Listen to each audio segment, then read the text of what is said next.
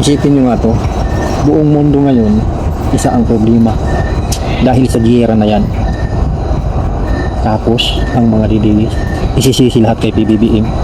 Isipin nyo, si PBBM, nagbigay ng ayuda sa mga tricycle driver at jeepney at iba pa at magsasaka, pero binabatikos pa rin nila. Samantala, nung unang administrasyon na minumura lang tayo, hindi tayo nagkaganyan. Ano ba klaseng Pilipino tayo? Racist ngayon. Dapat magkaisa ang mga Pilipino. Isipin nyo, tumulong pa talaga sa atin ang Pangulo para matugunan ang problema ng ating bansa. Ginawa pa niya mag-subsidy daga para lang gumaan pa rin ang buhay natin. Lahat na ginawa niya, pero para sa inyo, hindi pa rin nyo nakikita.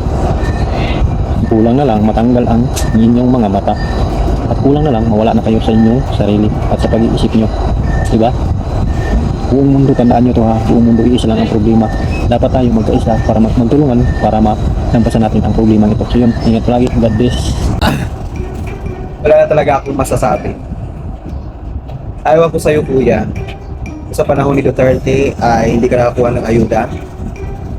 Siguro kung nagtago ka dahil natakot ka sa tukhang din, saka sa hinahanap siguro sa mga nakatukin.